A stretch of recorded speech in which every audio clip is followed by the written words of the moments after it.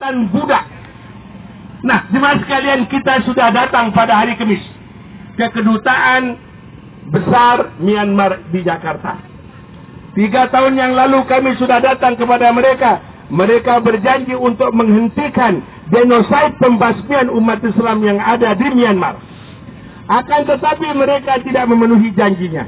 Sampai kami berkata, utusan dari ormas-ormas Islam, termasuk kami yang datang ke sana, kami katakan, jika pemerintah Myanmar tidak menghentikan pembantaian dan pembunuhan kepada umat Islam di Myanmar, apakah orang-orang Buddha harus kita perlakukan sama? Kita tangkap orang-orang Buddha di Indonesia, kita penjarakan atau kita bunuh mereka? Dan yang melakukan ini tentunya aparat keamanan. Karena yang membantai umat Islam di Myanmar adalah aparat keamanan beserta orang-orang Buddha yang jahat itu. Umat Islam tidak seperti itu. Umat Islam ada tata caranya, ada adabnya, bahkan di dalam membunuh, bahkan menyembelih binatang mesti dengan menggunakan pisau yang tajam. Tetapi orang-orang Buddha, orang-orang Hindu sama sekali tidak ada adabnya. Karena itu jemaah sekalian dirahmati Allah, dari penduduk Myanmar ada 20% umat Islam ya, Rohingya, yaitu 3 juta sampai 4 juta. Tiap hari mereka dibunuh, tiap hari mereka diperkosa, rumah-rumah mereka dibakar, orang-orang perempuan mereka disuruh keluar dan diarak ke lautan. Kejahatan macam apakah ini? Oleh karenanya jemaah sekalian dirahmati Allah, kita belum bisa masuk Myanmar. Andai kata kita diizinkan masuk Myanmar untuk membela kaum muslimin, apakah saudara-saudara siap?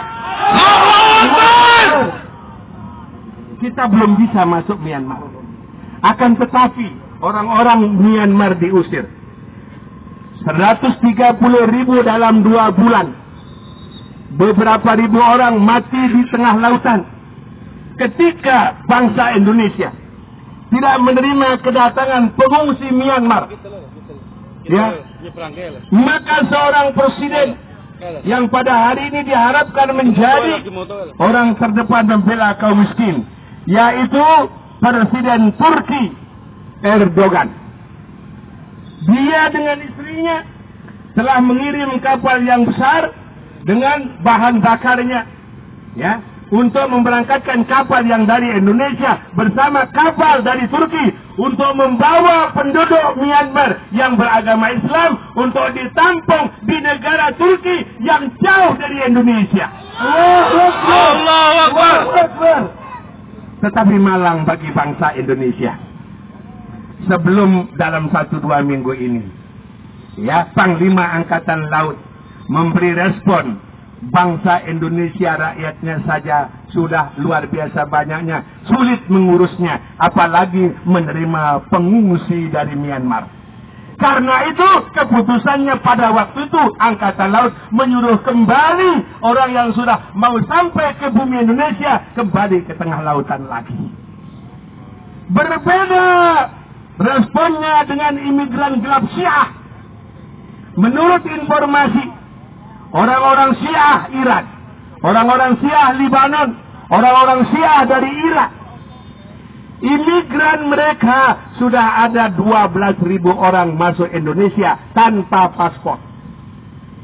Mereka naik dengan kapal Garuda sampai di Indonesia, dari Soekarno-Hatta dibawa ke Kalimantan, dibawa ke Sulawesi, bahkan dibawa ke Jawa Tengah dan dibawa ke Jawa Barat. Mereka bukan orang-orang yang miskin, bukan mereka orang yang lemah. Bodi mereka seperti tentara. Ada bukti yang ditangkap di Pekanbaru. Apabila malam-malam hari, orang-orang yang ditangkap yang umurnya 25 sampai 35 tahun, badannya seperti badan tentara, badan polisi yang kekar. Di dalam penjara apa yang mereka lakukan? Mereka berlatih, mereka bersenam, mereka berkungfu, mereka melakukan aikido. Dan di tengah-tengah malam mereka mengadakan ritual dengan memukul diri, memanggil Hussein, Husain, labbaika ya Husain, bermakna secara kasat mata mereka datang dari luar negeri untuk masuk ke Indonesia untuk mengadakan apa? Menurut kesaksian seorang mantan Syiah, ya, 35 tahun dia berada di dalam Syiah, kemudian masuk ke dalam Islam. Tahun 2020 orang-orang Syiah akan mengadakan kudeta di Indonesia, akan menjadikan negara Indonesia ini negara Syiah. Berarti perlu 5 tahun lagi. Perlu 5 tahun lagi untuk mempersiapkan bahwa orang-orang Islam yang tidak mau ikut Syiah, mereka akan bunuh semuanya sebagaimana mereka bunuh di Suriah. Sering Jalaluddin berkata, kita ya berbeda agama. Mari kita jaga masing-masing agama kita. Ya, bahwa agama Syiah bukan agama Islam. Tetapi, ya, apakah tuan-tuan, apakah saudara-saudara mau kejadian Irak akan dipindahkan ke Indonesia, kejadian di Suriah akan dipindahkan ke Indonesia? Berarti Syiah ini sudah menantang umat Islam. Apakah umat Islam berani menyambut tantangan si jalan laknatullah itu? Allahu Akbar. Ini data-data yang kita dapatkan, dan data-data ini valid. Begitu juga istrinya, ya, seorang yang mulutnya amat jahat sekali. Saya tidak bisa memberi ampun, saya tidak bisa memaafkan, ya, bahkan saya sampai kapanpun tidak bisa memaafkan bahwa Abu Bakar, ya, telah mencerta putri Nabi yang sangat disayangi.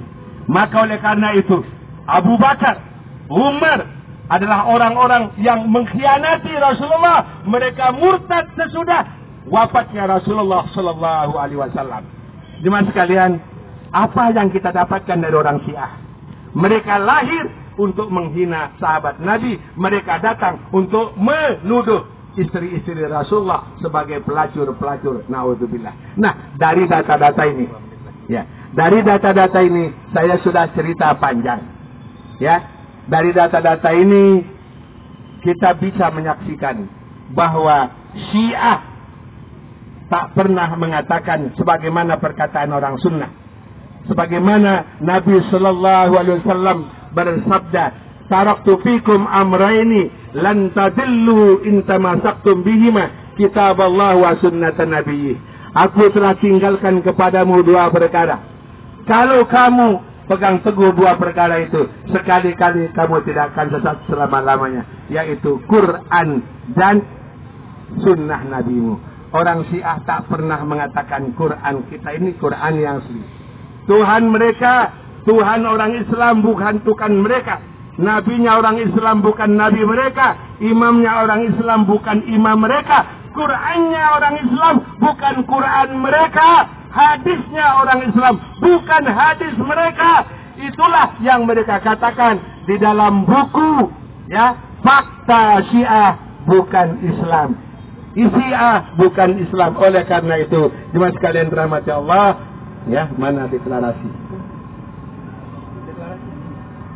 Ya.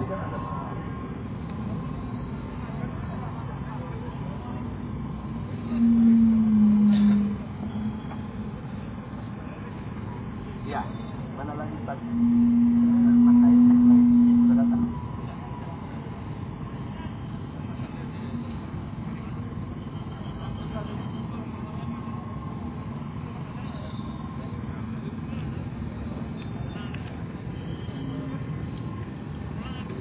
Minta 1 Mas. Minta 1. Cuma 1 ya Pak? Oh 1 toh? Oh, beda-beda ya.